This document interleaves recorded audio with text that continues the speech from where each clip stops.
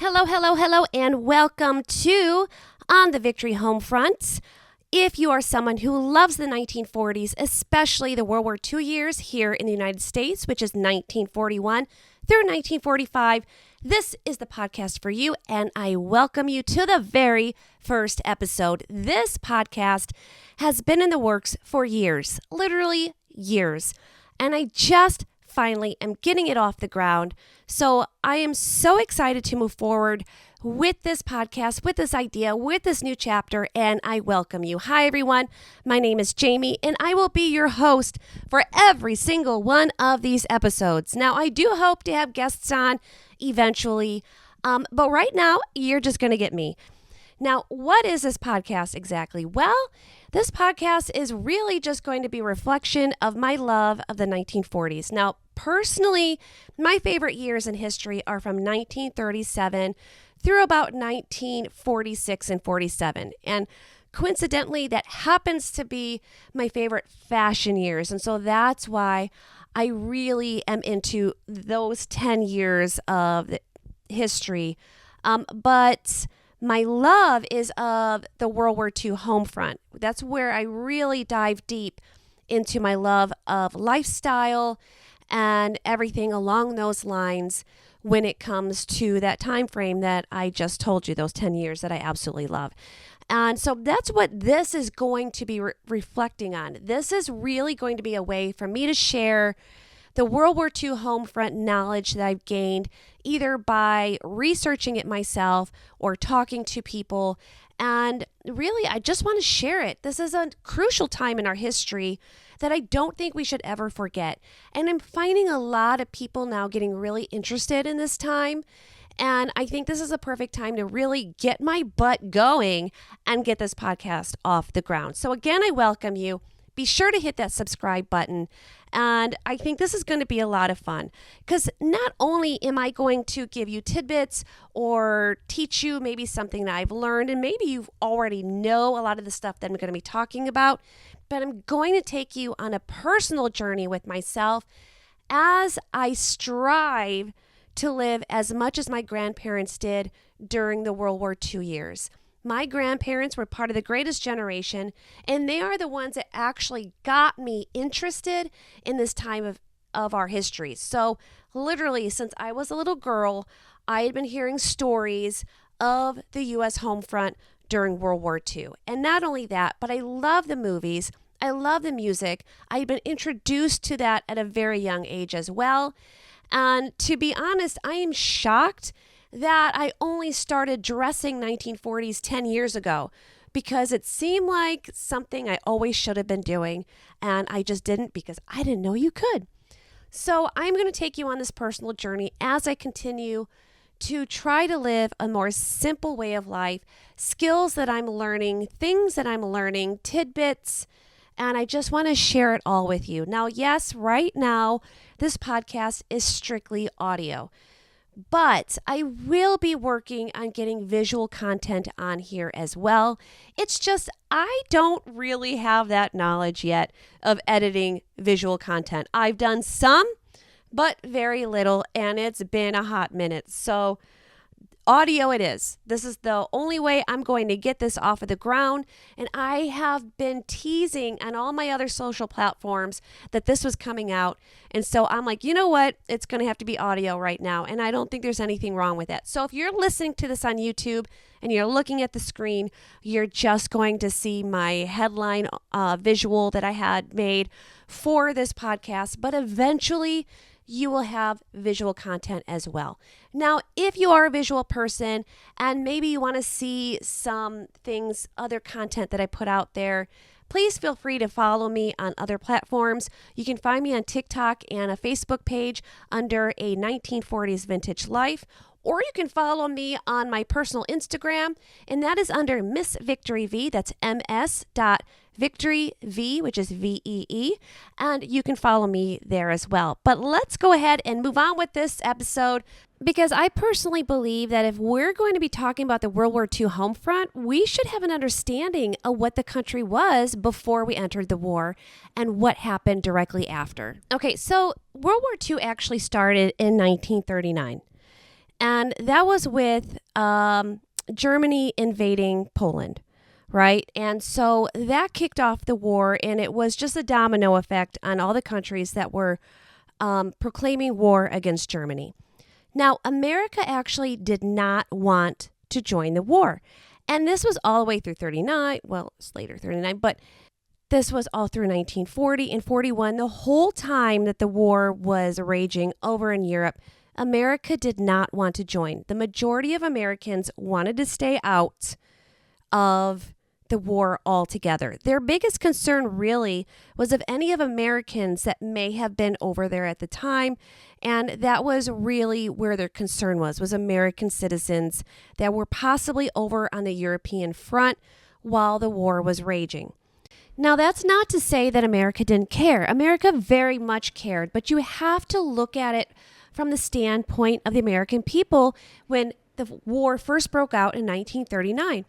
It was only 20 years since World War I. So Americans automatically already felt that World War I was a failure because it was the Great War. It was the war to end all wars. And so it was almost like this was a European problem. This wasn't our problem. Not to mention, in 1939, we were not the powerhouse that we are now. We did not have the weapon power or the military strength during that time of war. It would have been a disaster for America to enter when we were not prepared. And so there's those factors, not to mention that we were still recovering from a poor economy with the crash of 1929, which was the stock market crash. It was the Great Depression. That literally threw America just ran us through the ringers. And it took a long time to get our economy back up. And come 1939, we still had not fully recovered from the crash of the stock market of 1929. So to join a war was absolutely out of the question for the majority of the American citizens. Now, many Americans did feel like we needed to join the war. Those were our allies. People were dying. They wanted to fight fascism. It was for a noble cause. And so really the country was torn, but the majority did not feel like we needed to enter World War II. Now, again, I am not saying that we didn't care. We were definitely helping our allies. We were sending aid in any way, shape, or form that we could, but it wasn't to the magnitude of us like joining in on the war. We became a much needed supply line for Britain to resist Hitler. And we actually had troops stationed in Greenland because we had come up with an agreement with the government of Greenland to build bases there and to be able to station some of our troops there. This enabled us to be just a few miles from the war zone and our allies. We also had humanitarian programs up, like Bundles for Britain, where we were sending goods, we were sending weapons, we were sending finances, we were sending food over to our allies who were fighting their home front on the war front. But to go into the war at that time, the majority of Americans did not support. And from what I read, Roosevelt didn't want to join the war either. So then we enter the morning of December 7th, 1941, when the Empire of Japan attacks Pearl Harbor. And our country as a nation goes from keeping out of the war to finding ourselves in the war. Roosevelt goes on and addresses the nation the very next day and announces, that we are now at war. And men by the hundreds and thousands that months before could have been saying, we need to stay out of the war, we just need to support and just mind our own business, were now finding themselves signing up at whatever military branch that they chose to support the war effort and defend the United States of America. And when you pause and really think about the magnitude of how that felt, it must have been absolutely crazy. Obviously, it happened really fast, right? We were unsuspecting at all. We thought that we would be fine and be able to stay out of the conflict. And then all of a sudden, we find ourselves amongst it. And to go from a country to where we already didn't feel like we were prepared to all of a sudden having to put everything in place that was needed in order to know that we were going to be successful, to know that our people were going to be fed, to know that our troops were going to find victory. The amount of programs that had to be developed, that had to be created, and then there would be like programs within these programs to make sure that it was ran efficiently, smoothly, and correctly in order to make sure that our country was going to survive this war. And with hundreds and thousands of men enlisting to go fight overseas, whether it's in the European theater or the Pacific theater, we are losing our manpower. And so we find those on the home front, whether it's men who cannot serve for whatever reason, the women as well as children are finding strength within themselves, doing things that they never thought they could do or would be able to do to ensure that we were going to be victorious, that our men were going to come back home. We did everything we could in our home front to help support the war effort.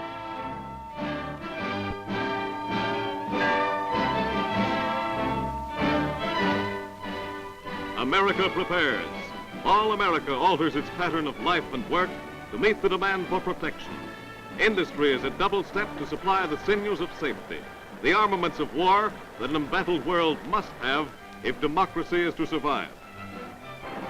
Mechanical genius joins with the muscle of millions of men, working to win for the ways of freedom. Freedom to think, to speak, to rise, live, and plan with one's fellow man. America's vast resources are harnessed to the job of being the world arsenal for this and other democracies. Its present-day production of armaments is but a mere fraction of the great job that lies ahead. And so that's basically what happened, right? I feel like those are the cliff notes of what led us into the war, what we were before and then what we were after the bombing of Pearl Harbor. And then, of course, the home front was born, at least the wartime home front was created. Because if you weren't signing up and serving in the military, you were doing everything that you could for the war effort on the home front. And that goes along with just everything from their mentality to their job, to the ways that they saved, to their lifestyle, and to just in every aspect, really, of what they could do for the duration to make us victorious. So there were a lot of programs that were put into place by the government to help the home front be successful, because the fact of the matter is that what we were trying to do, along with being victorious in the battle, in the war, we were just trying not to become a broken nation.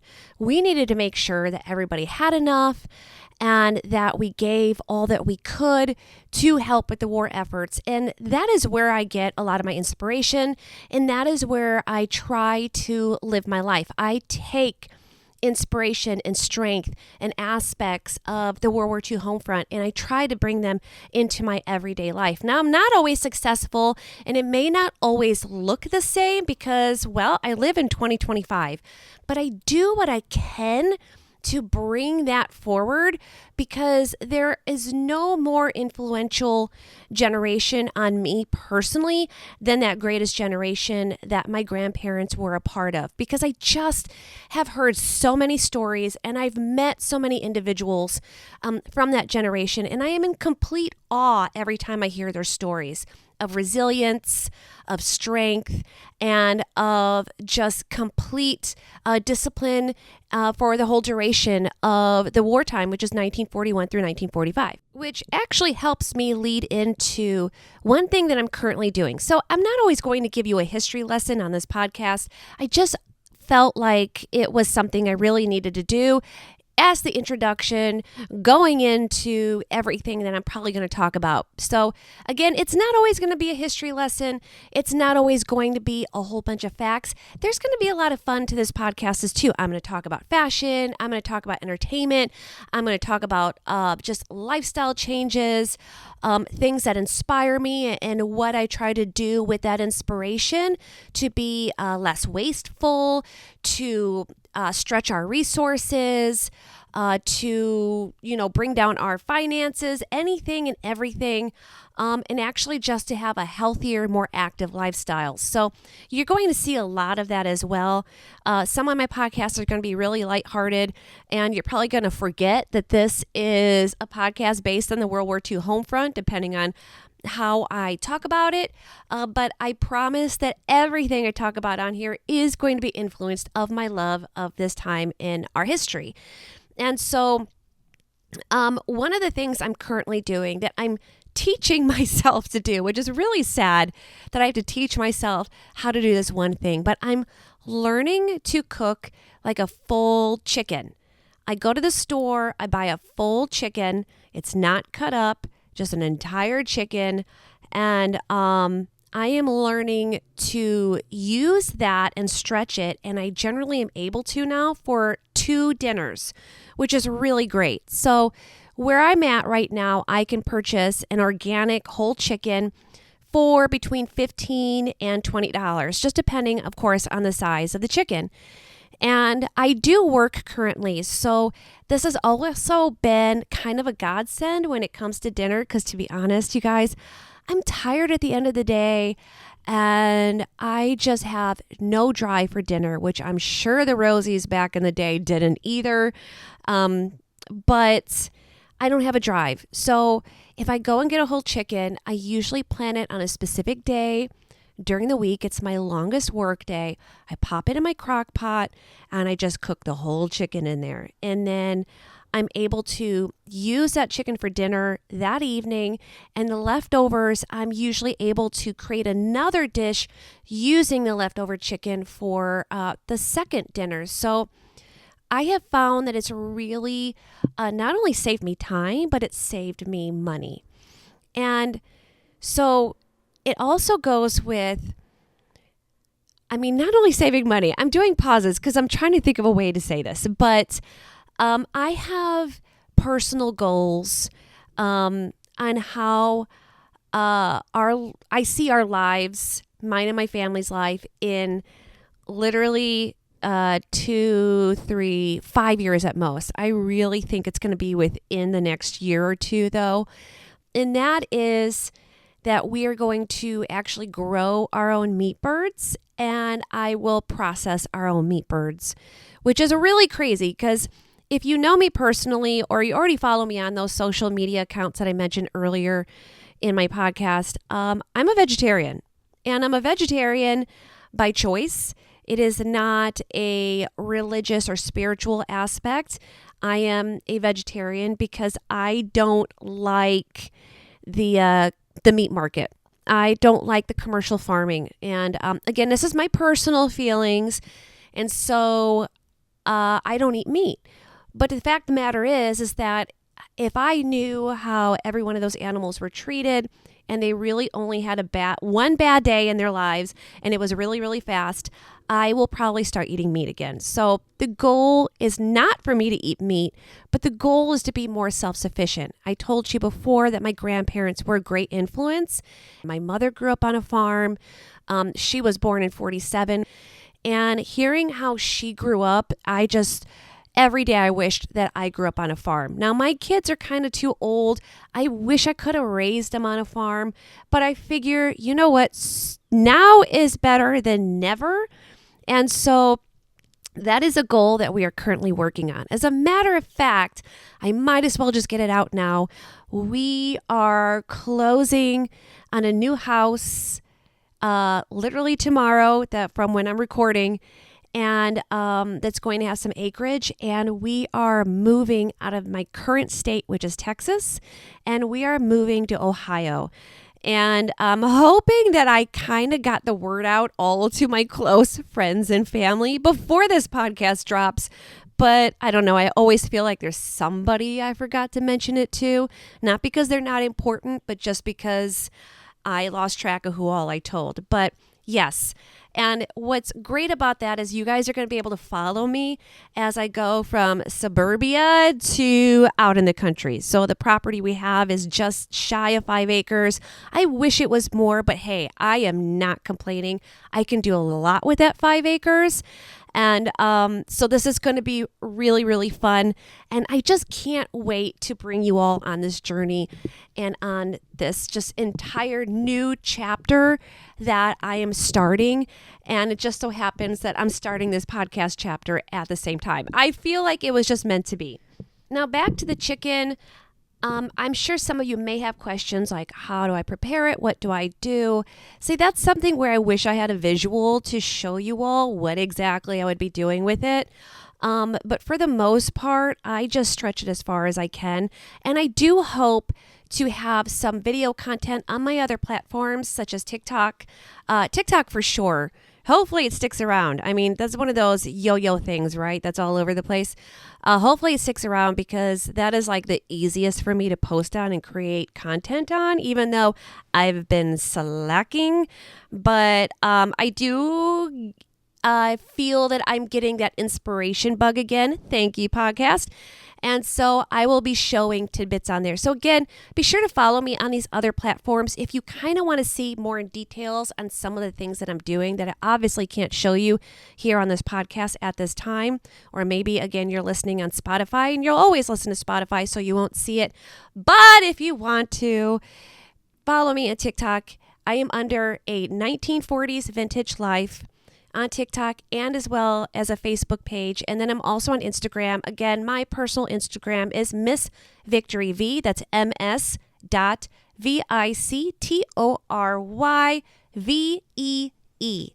And that is my personal Instagram account. And I do hope to post more things on those platforms of what I'm actually talking about here on my podcast. But really, yes, it's I really try to simplify things on here. And I just wanted to give you a taste on what this podcast is going to be. It's going to be a lot of fun. And like I said, it's just going to be all across the board. But really what it comes down to is my adoration of the World War II home front, of what the greatest generation did, of what the men left behind did, what the women did, what the children did, and how they came through it, and all that strength and resilience. I'm just absolutely blown away by everything. So I would love for you to go ahead and hit that subscribe button now before I sign off. And be sure to share this podcast with your friends and family who you think would enjoy it.